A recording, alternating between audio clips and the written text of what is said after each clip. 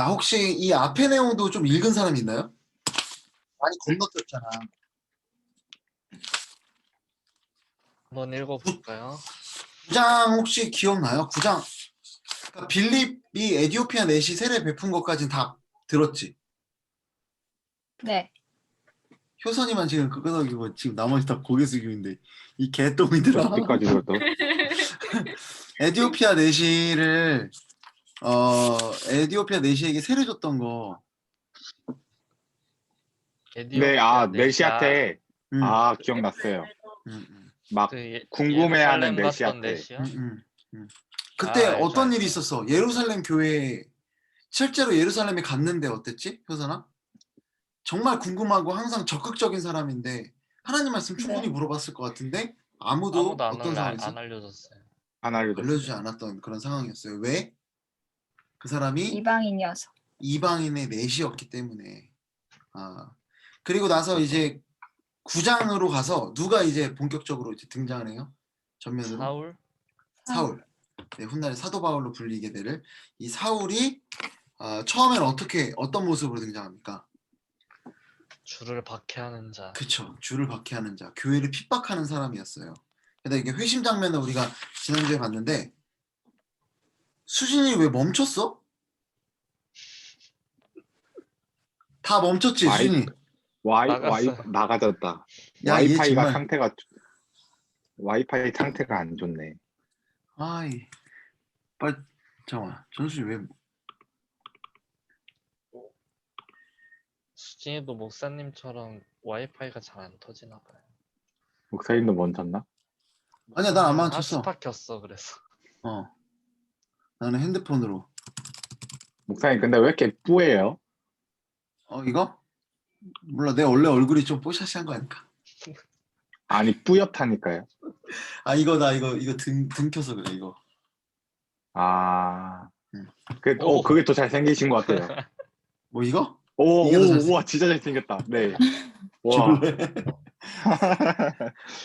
자, 우리 다시 시작을 하면 어쨌든 그 사도 바울이 등장을 해서 주를 박해하려고 했던 사람이 이제 어떻게 돼? 오히려 주를 열렬한 예. 그 예수 그리스도를 향한 그 열렬한 지지자가 됩니다.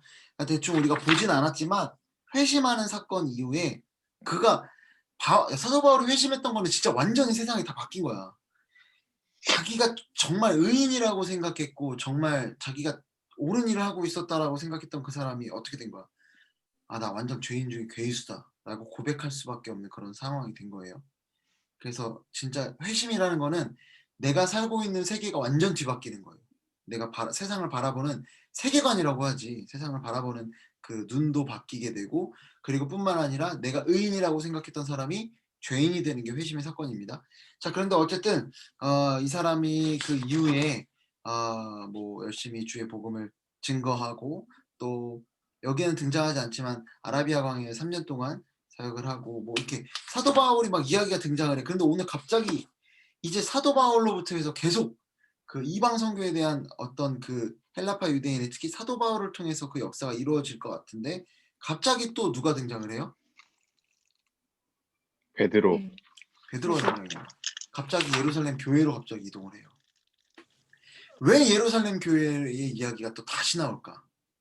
이제 막 이방 선교를 향한 그 나중에 보면 안디옥 교회가 선교의 중심적인 역할을 하거든. 안디옥 교회가. 근데 지금 이제 안디옥 교회에 대한 이야기, 헬라파 유대인들을 중심으로 한 그 엄청난 선교 역사가 나타나야 될 것 같은데 갑자기 다시 예루살렘 교회에 대한 이야기가 나타나는 이유가 뭘까? 이런 것들을 우리가 좀 사실 고민을 해봐야 되는 거야. 맥락상 지금 막 그 이후로 10장에도 계속 베드로 이야기가 나오거든. 응? 굳이 예루살렘 교회 이야기할 필요 없이 그냥 사도 바울 통해서 계속 나타나는 선교의 역사들 계속 기록하면 될 텐데 계속 나와요. 지금 보면 그 베드로의 이야기가 고넬료 백부장에게 이방인에게 복음 전한 이야기까지 해서 그런 이야기가 뭐야 갑자기 조승 들었어. 조승 들었어요. 어쨌든 지금 뭔 얘기를 했냐면 수영아 에디오피아 넷이 예수 믿게 된 거 알아?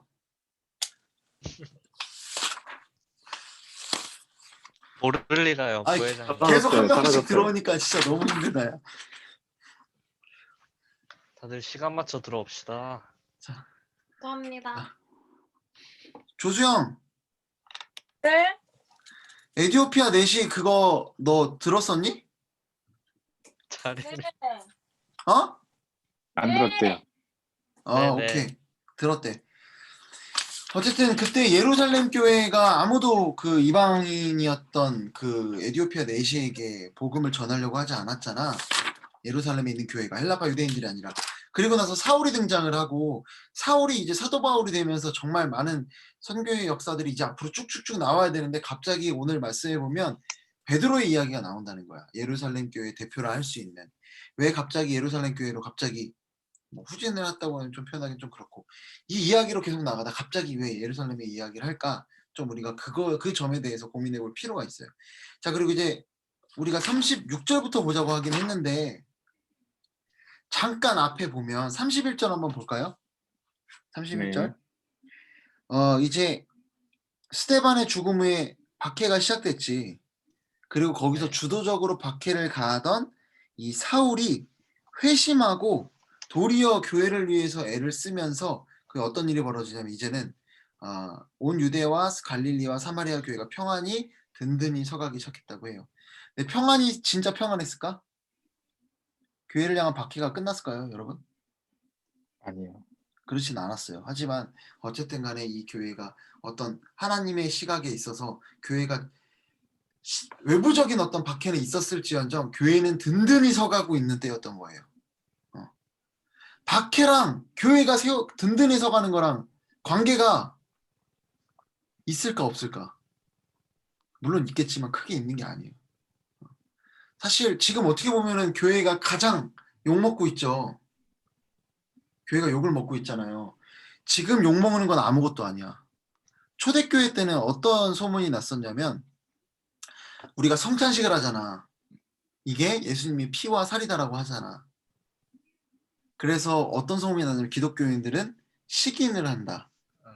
라고 소문이 났었어요. 그리고 우리가 봐봐, 뭐 성민이랑 수진이랑 형제님 자매님이잖아. 오빠 친오빠처럼 이렇게 형제님 자매님 뭐 영광인데 둘이 결혼을 해. 그냥 갑자기 무슨 일이 근친 결혼을 한다라는 또 소문이 난 거야. 근친 상간을 한 사람들이다. 왜냐면 우리 다 그 가족이다라는 개념 아래에서 그렇구나. 거기 안에서 그러니까 뭐 식인하는 사람들 거기에다 근친 상간을 하는 사람들이라고 기독교인들에 대한 소문이 엄청나게 났어요.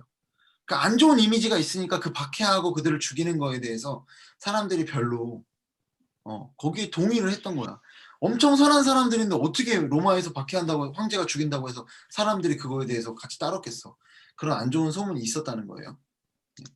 어쨌든 교회의 어떤 박해와 교회가 평안히 든든히 서가는 거랑은 뭐야 갑자기 우진이 들었어. 우진아 너 그냥 들어. 너 야 진짜 다시 설명하기 힘들어. 그랬다는 거예요. 나 미치겠네. 어쨌든 이제 또 계속 베드로의 이야기가 시작을 하는데 그 핍박이 있는 32절 우리 한번 36절까지밖에 안 읽긴 했지만 32절 성민이가 읽어줄래? 그때 베드로가 사방으로 두루 다니다가 루다에 사는 성도들에게도 내려갔더니 네, 여러분 그때에 핍박이 있던 때에 베드로가 어떻게 했다는 거예요? 잠잠히 교회에 숨어 있었나요? 예루살렘 교회? 아니요. 네, 아니요. 오히려 핍박이 있었지만 가만히 있지 않았대요. 여러분 복음 전하면 정말 힘든 이때 어떻게 하라는 겁니까? 여러분 교회가 내부에 갇혀 있지 않아요. 지금 계속 교회는 이전에 내부적인 막 갈등, 내부적인 어려움들이 있었잖아. 뭐 헬라파 유대인과 히브리파 유대인 간의 어떤 그런 갈등들이 있었고 내부적인 어떤 그런 싸움들이 있었는데 이제는 내부에 머물러 있잖아. 교회는 이게 자꾸 안으로 뭉치는 힘이 너무 강하면 안 돼.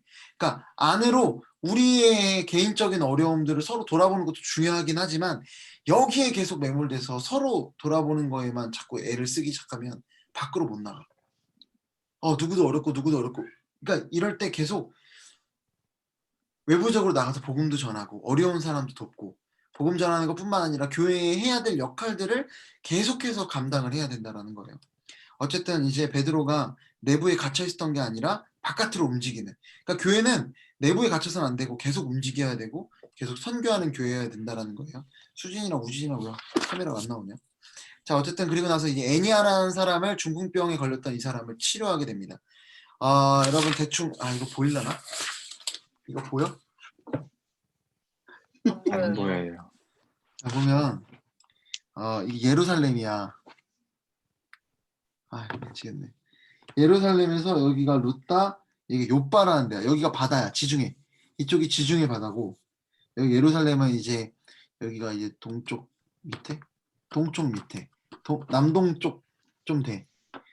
그리고 이제 요빠는 완전 해안가. 그리고 요빠가 굉장히 큰 도시예요. 지금은 텔아비브라고 해서 이스라엘의 지금 현재 수도는 그 예루살렘 같은 경우는 그 아랍 사람들, 팔레스타인 사람들이랑 같이 사용하고 있고 이 지금 어떤 경제적인 수도는 텔아비브, 요빠예요. 요빠라는. 그러니까 굉장히 큰 도시인데 처음에는 요빠 가기 전에 중간에 있는 이 어디야 오늘 간 지역이 루따라는 곳으로 갑니다. 네. 루따에서 애니아라는 사람을 치료하는 사역이 나타나게 되고 그래서 많은 사람들이 죽게 돌아오게 됐다라고 해요. 자 우리 이제 오늘 본문 말씀 이제 하나하나 봅시다. 36절 우리 영광이가 읽어주세요. 36절. 요빠에 다비다라 하는 여제자가 있으니 그 이름을 번역하면 도르가라. 선행과 구제하는 일이 심히 많더니.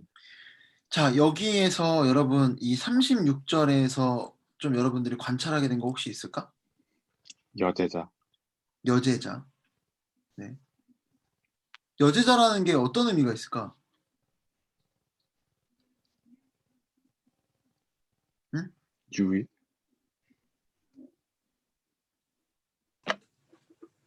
뭐라 그랬어? 영광이 뭐라 그랬어? 여제자. 여제자인 게 어떤 의미가 있을지 좀 고민을 해봐요. 지금 그러니까 이 고민을 할 때는 전체적인 우리가 그 흐름에서 생각을 해보면 사실 더 좋은 것 같아요. 그냥 이 본문만 보면 참 쉽지 않고 우리가 지금 계속해서 그 아까 에티오피아 내시에 관한 이야기들로부터 해서 사도 바울에 대한 이야기가 시작을 했고 근데 굳이 사도 바울에서 갑자기 예루살렘 교회에 대한 이야기, 베드로에 대한 이야기로 다시 돌아온 이유가 뭘까? 사실 여기에 힌트가 있어요. 베드로가 아니 말해. 베드로가 이제 구제 사역을 해서 그런 건가요? 자, 에티오피아 내시에게 복음을 전하지 못했던 예루살렘 교회 기억나죠? 이방인에게 전하지 못했던 그들이 부정하다라고 여겼던 그들이 접근하기 힘들었던 그들이 계속 그 어떤 그 뭐라고 해야 될까 이 의식 속에서 이건 아니야라고 생각했던 우리도 그런 거 있잖아. 깨지 못했던 그런 벽들이 지금 하나하나 깨지고 있는 그러니까 이 온전히 헬라파 유대인들을 통한 이방 선교가 시작되기 이전에 유대인들 역시 그들이 그 벽들을 하나하나 깨고 있는 장면들을 일부러 의도적으로 보여주고 있는 거예요. 자, 그럼 여제자라는 것도 어떤 의미가 있을까? 이들의 원래 의식 속에는 누구만 제자가 돼야 돼? 유대인들의 원래 의식이라면. 남자. 네, 남자였을 거야. 그 뭐 우리도 가부장적 그런 사회에 있긴 하지만 당시에도 그런 게 굉장히 있었어요. 그래서 그거를 어떻게 보면은 이 사람이 그냥 단순히 여제자. 우리 구제하는 일들 원래 누가 있었어? 처음에 교회에서 집사들 세우기 전에 제자들. 12제자. 12제자들이 거의 주도적으로 했어요. 히브리파 유대인들. 사도들이 했던 거야. 리더들이 했던 거야. 그래서 그게 우리들 너무 그런 얘기도 했잖아. 우리 이거 하는데 너무 힘들다. 우리는 말씀과 기도하는 일을 하게 되니까. 그 다음에 또 세운 게 누구야? 7 집사였어. 7집. 사실상 그 사람들도 뭐라고 했어요? 헬라파의 지도자들이에요. 네. 지도자들이 했던 일들이 거의 선행은 모르겠지만 구제하는 일이었던 거야. 그런 행정적인 업무들. 근데 지금 누가 하고 있는 거야? 어떻게 보면은 여제자가 이 일들을 하고 있다라는 거예요. 당시 이곳의 거의 리더십이었던 거예요. 자, 그런데 이 여제자가 있는데 여기 보면 다비다라하고 또 그 이름을 또 도르가라고까지 얘기하고 있는데 이 다비다는 아람어, 그 당시 히브리파 유대인들이 사용했던 언어예요. 히브리 언어라고 생각을 하면 돼. 그리고 도르가는 어디 언어일까? 그리스어. 아, 그리스. 어떻게 알았어? 헬라어예요. 헬라어. 그리스어. 네. 그리스어예요. 그러니까 이 다비다라는 사람이 헬라파 유대인이기도 하고 하지만 또 히브리파 사람들에게도 어느 정도 이름이 알려졌던, 중요한 거는 그 사람의 선행과 구제하는 일이 어떻게 많았다고요? 심히. 심이 많았대요. 자, 요빠라는 곳에 제자들이 있어. 자, 이 사람들 처음에 어디 있었을까? 한번 추측을 해볼까? 이게 어떻게 여기서 예루살렘. 예루살렘에서 흩어져서 갔을 가능성이 첫 번째고, 또 하나의 가능성은 뭘까? 이방 지역. 그러니까 이방 지역에서 내가 봤을 땐 두 가지 가능성이, 하나는 예루살렘 교회에 있다가 핍박 때문에 흩어졌을 제자, 혹은 그 6월 오순절날 성령이 강림할 때 이방인들이 왔다가 베드로의 설교를 듣고 회심했던 때가 있었잖아. 많은 사람들이 교회에 예루살렘에 남았기도 했지만 또 많은 사람들은 그 명절이 끝나고 자기 살던 데로 돌아갔을 거야. 그때 이제 예수님을 믿는 사람들이 생겼겠지. 두 가지 가능성이 다 있어요. 근데 어쨌든 중요한 건 뭐냐면 이 예루살렘에 있는 교회만 교회로 있었을 것 같은데 흩어지고 핍박으로 나갔던 사람들 역시 주의 일을 계속 하고 있었다라는 거예요. 우리가 좀 봤으면 좋겠어요. 교회가 쪼개지면 물론 뭐 문제가 생겨서 싸워 쪼개지면 문제가 되겠지만 교회가 이렇게 나눠지면 어떻게 된다는 거야. 마치 세포분열처럼 여기서 또 계속 확장되고 여기서 계속 이렇게 되는 모습을, 생명력 있게 나가는 모습을 오늘 36절 말씀을 통해서 볼 수 있는 것 같아요. 예루살렘 교회가 흩어졌지만 여전히 교회의 그 일들을 하고 있다라는 걸 우리가 좀 봤으면 좋겠고, 그런데 이 사람이 어떻게 돼요? 37절 말씀에 보면 37절 효선이가 읽어줄래요? 죽었어요. 네, 죽었는데 죽어서 어떻게 했어? 네? 죽어서 누웠어요. 시체를 씻어 달하게 누였대요. 여러분, 달하게 누이는 게 정상적인 걸까? 아니요. 아니요. 아니야. 왜냐면 왜? 무덤에 넣어야 돼요. 시체는 썩어요. 부정한 거예요. 아, 그리고 또 그 외에도 뭐 일부러 뭐 어떤 병균이나 이런 것들이 오를 가능성이 있어서 그래서 씻었는지는 모르겠지만, 이 씻는다라는 게 우리 막 염하는 것처럼 죽은 사람에 대한 어떤 그런 어떤 의식인지 그런 건 정확히는 모르겠어. 어쨌든 그러나 중요한 거는 시체를 다락에다 두었어요. 시체가 다락으로 가는 거 뭔가 장면이 떠오르는 거 있지 않아? 다락방. 무덤. 그 예수님 무덤? 돌무덤. 다락에 시체가 갔어. 다락에 시체가 갔다고요? 어? 애기? 누가 그렇게 했는데. 애기. 구유 예수님. 집에 가면 애기 살아있을 거라고? 엘리야. 엘리야. 엘리야 선지자가 그 사르밧 과부의 아들 시체 데리고 올라왔었잖아. 그래서 부활시켰던 일들, 여러분 그 장면이랑 비슷하죠. 자, 어찌됐든 그건 중요한 건 아니고, 자, 어쨌든 시체를 씻어서 다락에 누였대요. 왜 그렇게 시체를 위에다 놨을까?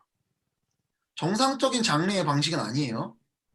여러분, 그리고 나서 38절 수영이가 읽어주세요. 네. 룻다가 요바에서 가까운지라 제자들이 베드로가 거기 있음을 듣고 두 사람을 보내어 지체 말고 와달라고 간청하여. 여러분, 룻다가 요바에서 가까웠대요. 한 17km 정도 된다고 해. 그래서 제자들이 베드로가 거기 있으면 어떻게 들었을까? 무슨 일 때문에 들었을까? 앞서서 애니아라는 사람의 중풍병을 치료했지. 중풍병은 이전에 누가 치료하던 거야, 계속해서? 예수님. 예수님이 치료하시던, 예수님이 하시던 일을 지금 막 베드로가 하고 있어. 엄청나게. 자, 그래서 이제 그 소식을 듣고, 베드로의 애니아 치유 소식을 듣고 두 사람을 보내요. 성경에 보면은 두 사람이 이렇게 같이, 두세 사람이 함께 하는 일들이 많아. 왜냐하면 두세 사람의 증언이 확실하다, 뭐 이런 이야기들, 그게 이제 구약의 어떤 그런 내용이기 때문에. 어쨌든 그래서 두 사람을 보내서 어떻게? 지체 말고 와달라고 간청을 하고 있어요. 왜 불렀을까? 살려달라고. 베드로를 음, 베드로를 왜 불렀을까? 일반적인 그냥 우리가 그냥 우리 삶을 우리가 우리였다면 베드로 왜 불렀을까? 만약에 우리 집에 우리 아버지가 돌아가셨어. 담임 목사 왜 불러? 제사 예배 드리러 장례 때문에 보통은 부를 거 아니야. 설마 담임 목사님, 목사님 오셔서 저희 부모님 좀 다시 살려주세요 이러진 않을 거 아니야. 그렇죠? 여러분 그리고 혹시 그 회당장 야이로를 치료했던 사건 혹시 아나요? 야이로의 들어봤어요. 딸? 에? 그 회당장 야이로의 딸이 있었어요. 자, 그래서 이제 그 사람을 그 회당장이라는 야이로라는 사람이 예수님한테 치료해달라고 찾아와. 그래서 막 치료해달라고 하는데 가다가 뭐 혈루증 여인, 13년 된 혈루증 여인을 만나기도 하고 그 여인을 치료하기도 하는데 집에 가보니까 어떤 일이 벌어졌어요? 이미 죽어 있어요. 죽어 있어. 그러니까 사람들이 뭐래? 그냥 다시 보내라고 그래. 예수님 다시 보내라고. 왜? 이미 죽었다. 죽었으니까. 그리고 뭐 사람들이 막 울고 있어. 그러니까 이미 죽었다라고 단정 짓고 있어요. 그래서 예수님이 그때 믿으라고 말씀을 하시죠. 그래서 회당장 야이로의 믿음을 보시고 결국 그 아이가 부활을 해요. 여러분 죽은 사람이 살아나는 거를 기대하기는 쉽진 않아. 여러분 그러면은 이 사람들이 왜 베드로를 불렀을까? 다시 한번 물어볼게요. 살려달라고. 살려달라고 했을 것 같아. 왜? 시체를 씻어서 다락에 뉘어놨어요. 그리고 지체 말고 와달라고 간청을 하고 있어요. 뭐 여러 가지 생각을 했겠지. 뭐 시체가 부패하거나 막 이럴 경우에 또 안 된다라는 뭐 이런적인 인간적인 어떤 그런 생각들을 했을 수도 있을 것 같아요. 그리고 나서 39절 아까 효선이 읽으라고 했는데 누가 치고 나왔으니까 효선이가 39절 읽어주세요. 베드로가 일어나 그들과 함께 가서 이르매 그들이 데리고 다락방에 올라가니 모든 과부가 베드로 곁에 서서 울며 도르가가 그들과 함께 있을 때에 지은 속옷과 겉옷을 다 내보이거늘. 그리고 그들이 데리고 다락방에 올라와서 시체가 있는 곳으로 데리고 올라왔죠. 그리고 모든 과부가 베드로 곁에 서서 어떻게 했다고요? 불렀어요. 속옷과 울고 속옷과 겉옷을 보여줬대. 그러니까 이 사람이 했던 어떤 구제하는 일 중에 대표적인 게 과부들의 옷을 지어주는 거였나 봐. 사실 생각해보면 되게 엄청난 일인 게 내가 그 전에 이야기했지만 과부가 왜 도와줘야 될 대상이라고 했었지? 과부는 힘들었어. 먹고 살기 힘들었어. 당시 여자들이 할 수 있는 경제적 활동이 그렇게 많지가 않았어요. 왜냐하면 거의 대부분이 육체적 노동, 지금이야 뭐 어떤 머리 쓰고 하는 일들이 많았겠지만 당시는 거의 대부분 육체적 노동이었기 때문에 여자 혼자 남으면 정말 살기가 힘들었어. 근데 이 과부를 도와주는 게 누구야? 여자. 여제자. 여자야, 여제자. 그래서 얼마나 심히, 그러니까 여기 보면 일이 심히 많더니 그때에 병들어 죽었다라는 표현이 내 생각에는 일이 과로. 너무 많이 과로했던 것 같아. 우리도 일 너무 힘들게 하면 과로 막 이런 것들이 몸 다 망가져 버리잖아. 잠도 제대로 못 자고 뭐 그랬을 때 그랬던 것 같아요. 그 정도로 힘들었던 거예요. 여자가 할 수 없을 만큼의 어떤 그런 중노동을 감당했던 것 같아요. 그게 얼마나 이 사람들한테 감동이었는지 속옷이랑 겉옷을 보여줘요. 겉옷 보여주는 건 괜찮을 것 같은데 속옷을 보여주는 건 어떤 걸까? 다 보여줘요. 그만큼 간절했던 것 같아. 사실 속옷 보여주는 게 편한가요? 부끄러워요. 부끄럽고 수치스러운 일이잖아. 지금 남자한테 하는 일이야. 되게 이 베드로로서는 이렇게 눈을 뭐 가리고 아예 그럴 정도의 지금 베드로의 상황도 우리가 한번 생각을 해봤으면 좋겠어. 여자들이 다 이렇게 둘러싼 데서 갑자기 속옷을 보여주고 시체는 앞에 놓여져 있고 굉장히 부담스럽고 이 자리를 박차고 나가고 싶을 만한 그런 상황이었을 것 같아요. 자, 그런데 그 이후에 어떻게 이제 일이 벌어집니까? 40절 말씀에 사람을 다 내보내고 그리고 기도하기 시작을 합니다. 여러분 사람을 다 내보내고가 우리가 우리 야이로의 딸 그 얘기도 마가복음에서 봤는데 우리 아마 효선이는 그때 이제 중고등부였으니까 못 들었을 텐데 야이로의 딸을 치료하셨을 때 예수님께서 사람들 다 내보내세요. 그리고 아이에게 달리다 굼이라고 얘기를 해. 아람어로. 그러니까 아이야 일어나라는 표현을 한 거예요.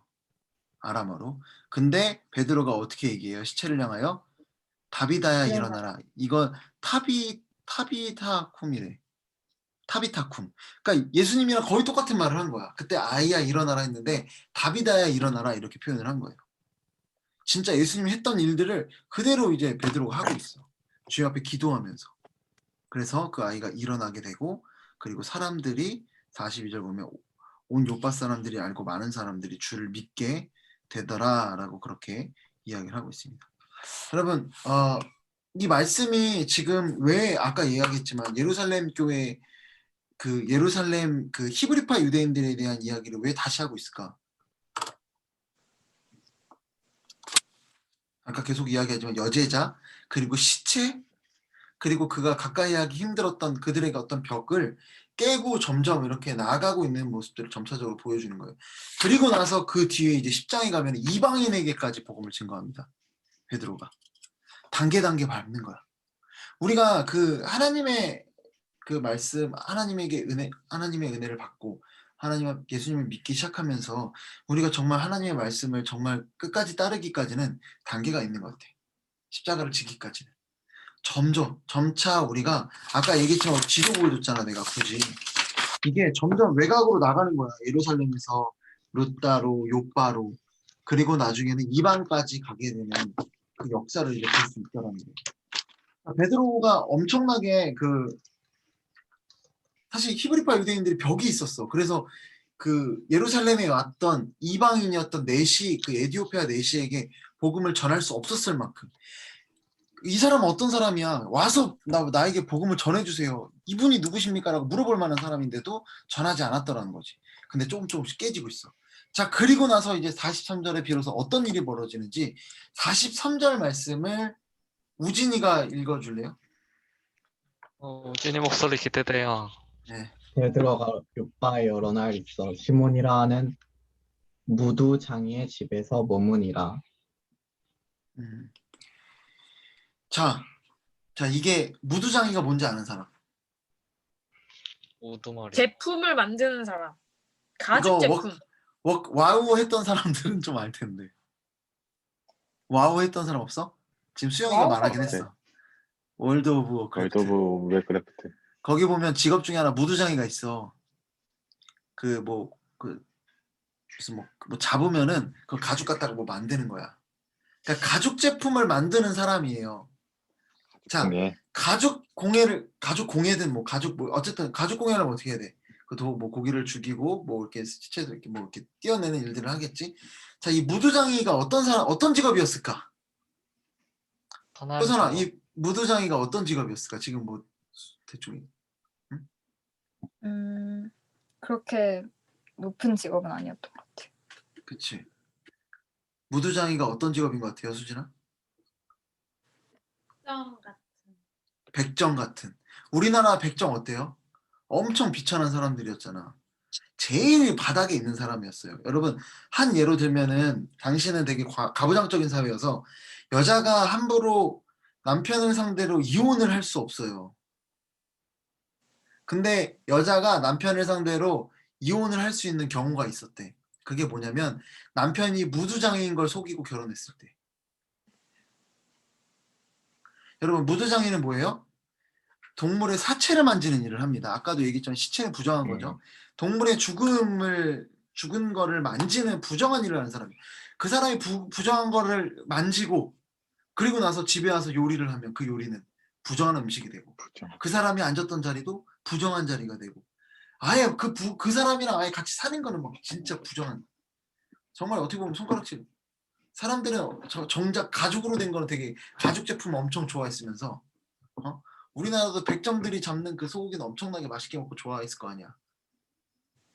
오늘 방금 지금 보쌈 먹고 왔는데 어쨌든 고기 엄청 좋아하면서 가죽은 엄청 좋아하면서 정작 그 가죽을 만드는 무두장이에 대해서는 굉장히 천하게 부정하게 생각했던 게 이스라엘 사람들이었어요. 그런 벽이 있었어요. 자, 베드로가 요빠에서 어떤 상황이었어요 지금? 베드로는 지금 요빠에서 어떤 사람이야? 한류스타. 한류 스타예요. 완전 스타. 왜? 엄청난 일에서 죽은 사람을 살렸어. 죽은 사람이 살아난 지금 더군다나 이 다비다라는 사람은 되게 유명한 사람이었을 거야. 이 동네에서. 불쌍한 사람들, 이 과부들을 열심히 얼마나 열심히 도왔으면은 그 여인들이 자기 속옷을 보여줄 정도로 이 사람 살려내라 할 정도로, 그리고 얼마나 대단한 사람이었는지 17km 떨어진 그곳에 사람을 보내서, 이미 죽었는데 사람을 보내서 베드로를 불러올 정도로 이 사람이 했던 영향력이 엄청나게 컸을 거예요. 근데 이 사람이 살아났어. 베드로가 살렸어. 물론 하나님이 살리신 거지만, 도구로 사용한 거지만. 자, 그러면은 자, 베드로가 요바에 뭐 얼마나 있었나요? 하루. 예? 오래. 하루? 야, 여러 날. 43절에 써 있잖아. 성경 말씀을 보란 말이에요. 여러 날. 여러 날이에요. 여러 날.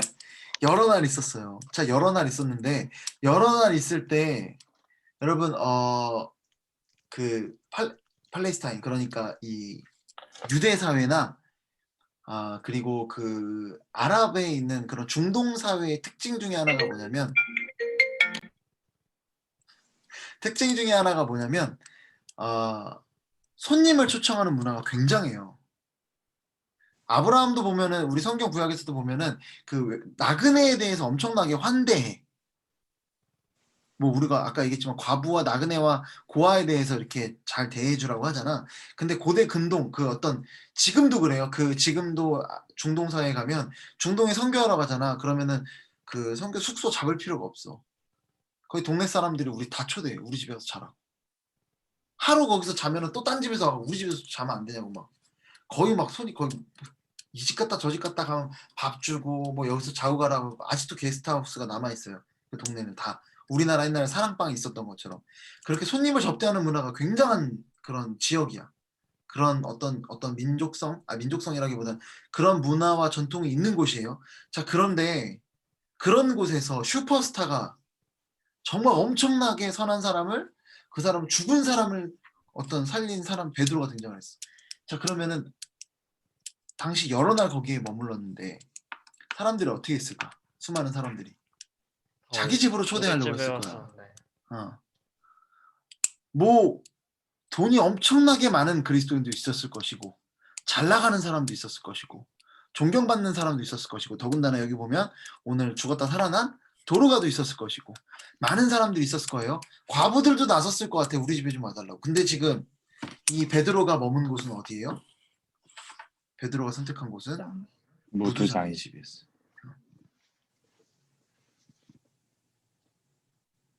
그러니까 진짜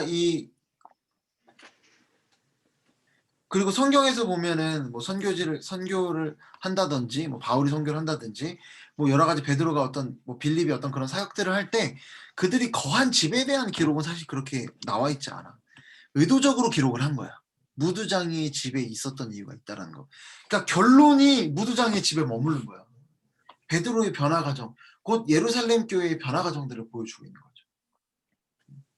결국에는 그들의 어떤 벽을 허물고 있는, 우리가 뭐 다소 성민이가 이번 주 헷갈리다고 했어요. 계속 우리라는 벽을 허물라고 해놓고 왜 갑자기 이제 우리가 뭐 가족이다라고 얘기하냐고. 그러니까 다른 차원에서 생각을 하면 좋을 것 같아. 이게 뭐냐면 우리라는 집단 이기를 깨부수라는 거고, 그리고 그러니까 이게 우리가 가족이다라는 거는 어떻게 보면은 우리 혈연 중심의 어떤 가족이 있잖아. 그리고 친한 사람들끼리 우리 또 뭉치잖아. 교회 보면 무리무리 지어다니잖아. 이거를 깨고 우리 예수 그리스도를 믿는 모든 한 교회, 전 세계에 있는 한 교회가 다 한 가족이다라는 걸 얘기한 거예요. 그리고 그것조차도 교회라는 틀 밖으로도 우리가 나갈 수 있어야 된다라는 걸 얘기한 거예요. 여러분, 이 벽을 계속 깨는 거야. 지금 베드로는 이걸 한 단계 한 단계 깨고 있어요. 그리고는 10장에 이르러서 결국에는 어디까지? 이방인에게까지 선교를 하는. 근데 이방인에게도 선교 잘 하기 힘들었어. 그래서 막 환상도 보여주고 막 이래요. 어쨌든 이게 정말 그 힘들었던 벽을 하나님께서 한 커플 한 커플 깨주시는 그런 과정들을 계속해서 보여주고 있는 거예요. 그래서 네, 오늘 말씀을 이렇게 봤는데, 혹시 여러분들 뭐 줄치고 관찰한 거 있을까요?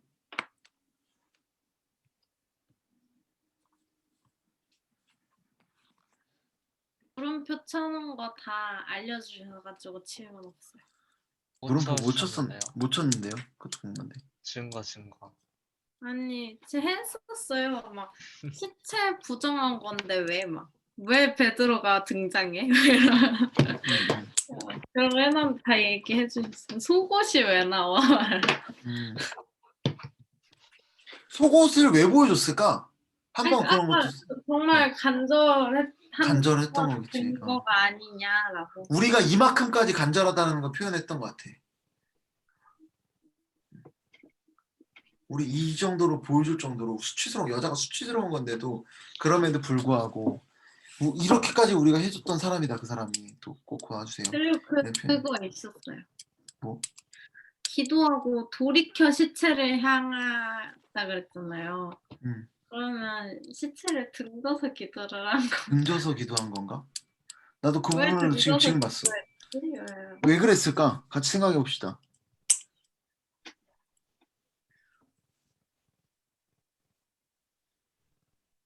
왜 그랬을까요? 모르겠어서 모르겠어요. 저는. 그러니까 그냥 이거는 추측이에요. 제가 그냥 해석하기에는 돌이켰다라는 거는 등졌다라는 표현이 맞는 것 같아. 원래 그 시체가 부정했기 때문에 시체를 만지고 하나님 앞에 기도하는 건 부정했던 거야. 왜냐면은 시체를 만진 자는 이래 동안 부정하니 정결 의식을 거쳐야만 그게 됐어요. 근데 아까 얘기했지만 이거랑 비슷한 상황이 있었어. 엘리야. 예스. 예수님도 비슷했지만 엘리야의 경우에는 어땠을까요? 아 근데 이거 내 말이 틀렸다라는 거를 좀 누가 답해줬으면 좋겠는데. 내가 지금 이렇게 얘기를 했잖아. 아 이거 돌이킨 거는 시체를 만질 수 없거나 그리고 하나님 혹시나 이게 부정 탈까봐 등지고 했다가 돌이킨 거다라고 내가 얘기를 했는데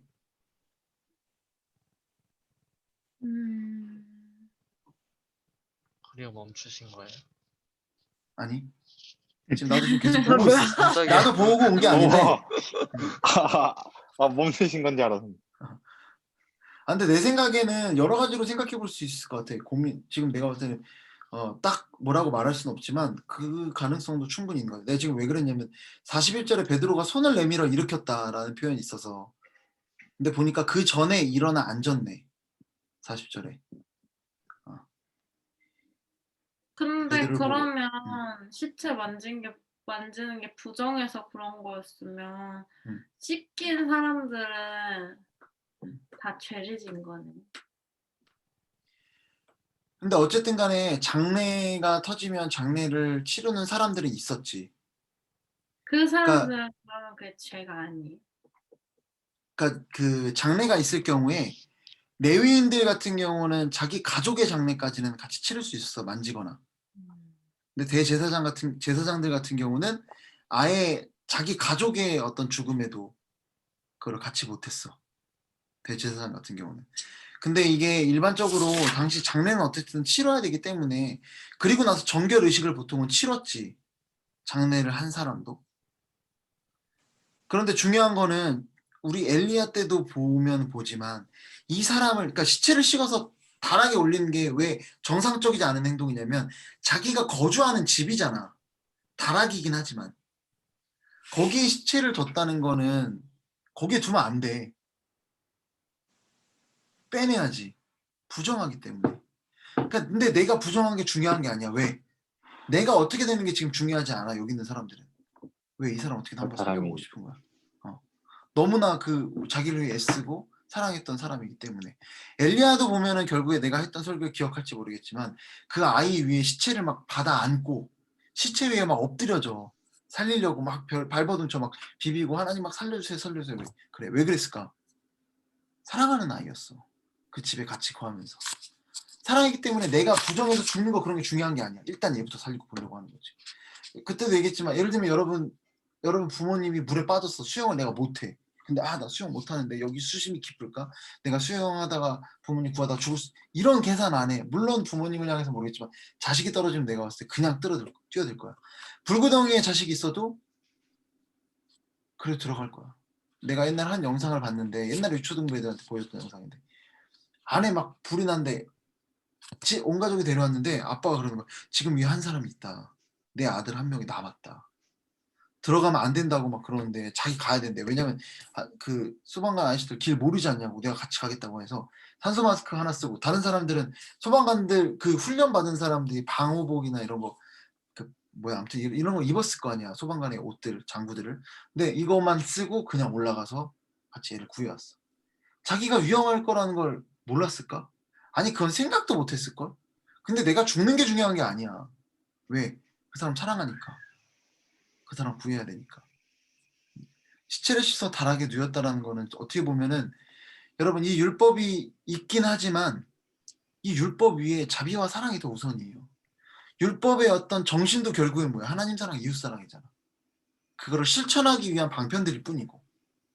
그럼 결국에는 이 정말 선행과 구제하는 일로 열심히 우리를 섬기고 사랑했던 그 사람을 위한 어떤 이 사람들의 행동은 율법으로부터 또 자유로울 수 있는 거예요. 그래서 그냥 정해져 있는 틀대로 하나님 말씀을 지키는 게 중요한 게 아니라 결국엔 그 본질을 지키는 것, 어떤 하나님 사랑과 이웃 사랑의 본질을 지키는 것이 정말 중요하다는 거죠. 우리도 계속 마가복음을 통해서 그런 얘기 했었잖아. 안식일을 지키려고 했던 그 바리새인들. 하지만 그 형식을 지키는 게 중요한 게 아니라 정말 그 안식일의 본질인 생명을 구하는 것, 그게 더 중요한 거라는 걸 우리가 배웠던 것처럼 이 사람들도 결국에는 그 본질을 지키고 있었던 거죠. 어떻게 보면 율법을 어기고 있는 거지만 형식상의 율법은 어기는 거지만 본질상의 율법은 지키고 있었던 거다라고 여러분들 보시면 될 것 같아요. 그리고 베드로도 역시 그리고 뒤에 보면 아예 그런 얘기가 나와요. 부정한 음식들이 막 떨어져 꿈에. 근데 하나님이 먹으라고 해. 먹으라고 해. 근데 하나님 이거 부정한 건데 어떻게 먹습니까? 근데 그 먹으라고 해. 부정하지 않다고. 그게 중요한 게 아니라는 거야. 왜 웃어? 너무 서럽게 울었어요, 누가. 예찬이 우는 소리가 들렸구나. 몰라 왜 우는지 모르겠어. 어찌됐든 네 그렇습니다. 또 다른 거 본 사람 있어요? 그래도 질문을 찾았네. 질문을 찾는 게 되게 중요해요. 말씀을 보면서 일단은 관찰. 성장했구나. 성장했어요. 근데 41절에 베드로가 손을 내밀어 일으킬 때는 살아났으니까 부정한 게 아니에요. 그렇죠. 그 상황은 이미 기적을 봤는데 일어났는데 그래서 그거는 아까 내가 얘기했던 거는 좀 다시 생각을 해봐야 될 것 같아. 꿇고 기도하고 돌이켰다라는 게 아직 이렇게 다 깨지지 않았을 수도 있을 것 같아요. 왜냐하면 그 다음에 나타나는 일들이 어떤 부정한 것들, 환상을 통해서 이방인에게 나아가지 못하는 베드로를 깨우쳐 주시는 장면들이 있잖아. 무두장이의 집에서 머물렀음에도 불구하고 여기보다 이방인에게 나아가는 건 더 힘들었다는 거야. 신기하지? 야, 이거 무두장이보다도 더 그게 이방인이 그토록 힘들었다라는 거를. 이방인에게까지 나아가는 이 예루살렘 교회 모든 교회들이 이방인에게 나아가는 어떤 그런 일들이 해결돼야만 사도 바울의 이야기가 시작될 수 있는 거예요. 모든 교회는 선교를 해야 됩니다. 여러분 모두가 다 선교사라는 이해할 수 없는 여러분들을 통해서 모든 족속이 구원받기 위해서 기다리고 있다는 걸 사도행전을 통해서 조금 깨달았으면 좋겠어요. 네, 또 질문 있을까요?